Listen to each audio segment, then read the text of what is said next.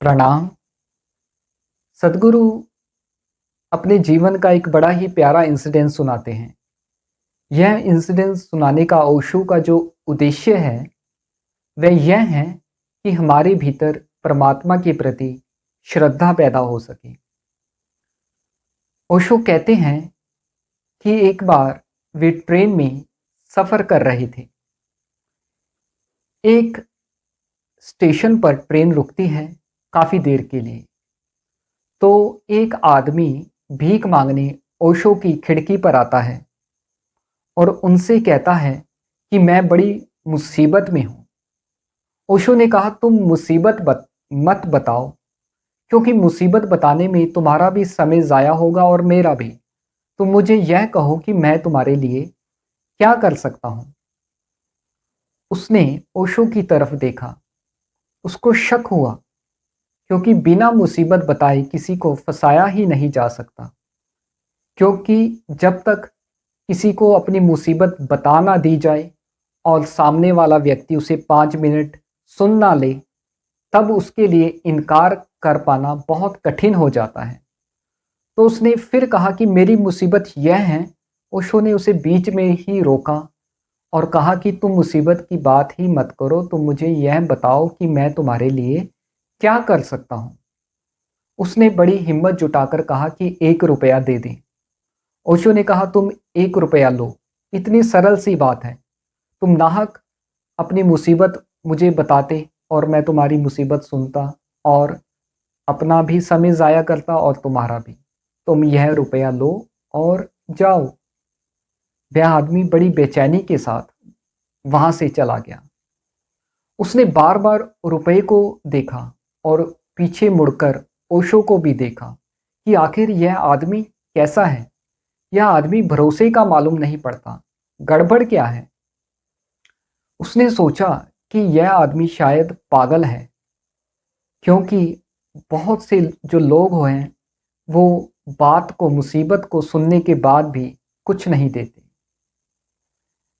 यहाँ एक बात स्मरण रख लेनी ज़रूरी है कि उस समय में, उस दौर में 1 रुपये की कीमत उतनी ही थी जितनी आज 500 रुपये की है। तभी वह भिखारी बड़ा हैरान हो रहा था ओशो पर। थोड़ी देर बाद क्या होता है कि वह आदमी अपना नया रूप बनाकर वापिस ओशो की खिड़की पर आता है। पहले उसने टोपी लगाई होती है, अब वह टोपी उतार कर ओशो की खिड़की पर आता है और फिर से कहने लगता है कि मैं बड़ी मुसीबत में हूँ। तुरंत ओशो उसको कहते हैं कि मुसीबत की बात ही मत करो, तुम यह बताओ कि मैं तुम्हारे लिए क्या कर सकता हूँ। उसने ओशो को पूरी आंख से देखा कि यही कहीं यह व्यक्ति पागल तो नहीं है। उसने बड़ी हिम्मत जुटाई और कहा कि मुझे 2 रुपये दे दो। ओशो ने कहा कि तुम यह 2 रुपये लो। वह 2 रुपये लेकर चला गया और फिर से वह बार बार ओशो को मुड़ मुड़ कर देखता और 2 रुपये भी देखता। कुछ मिनट और गुजरे, वह फिर आया। पहले वह कोट पहने हुए था, अब वह कोट को भी उतार कर ओशो के पास आता है। जैसे ही वह ओशो की खिड़की पर आता है, ओशो ने उससे कहा कि तू शुरू ही मत कर, तू बस यह बता कि मैं तेरे लिए क्या कर सकता हूँ। उस भिखारी ने कहा कि आप आखिर आदमी कैसे हैं? क्या आप मुझे पहचान नहीं पा रहे? मैं वही आदमी ही हूँ। उसने कहा, यह आप क्या करते हैं? आप कैसे हैं? ओशो ने कहा कि मैं समझा कहीं तुम मुझे पहचान नहीं पा रहे, इसलिए बार बार मेरे ही पास आ जाते हो।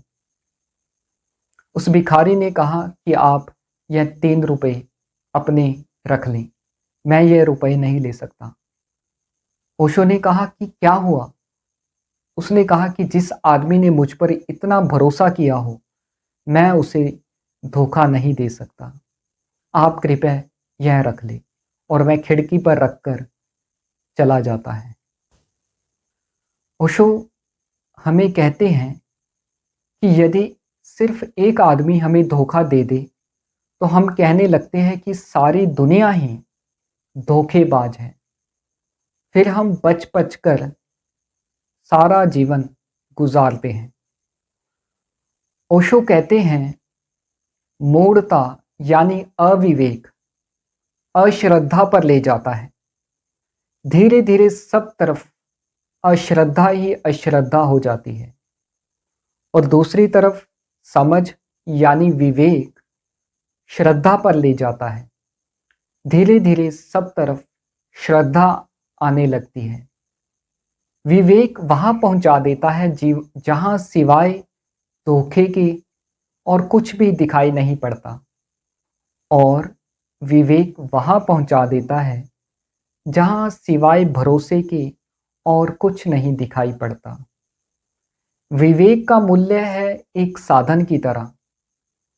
श्रद्धा तक पहुंचा दे विवेक, यही उसका मूल्य है। श्रद्धा बड़ी गहरी अनुभूति है। सदगुरु ओशो कहते हैं कि इस जगत में इससे बड़ा कोई आनंद नहीं कि मुझे समग्र पर भरोसा आ जाए कि सब कुछ परमात्मा ही है। इस जगत में इससे बड़ी कोई निश्चिंतता नहीं कि मुझे यह अनुभव हो जाए कि सब तरफ मैं ही हूँ। ऐसी प्रतीति का नाम ही श्रद्धा है। जिस दिन कोई पराया नहीं दिखाई देता, उसी दिन परमात्मा दिखाई देता है। इसी को समर्पण कहते हैं, इसी को श्रद्धा कहते हैं। सदगुरु ओशो का यह बहुत प्यारा डिस्कोर्स गीता दर्शन के तीसरे अध्याय का 8वां प्रवचन है। बहुत ही प्यारा प्रवचन है। आप यह प्रवचन अवश्य सुनें। प्रणाम, धन्यवाद।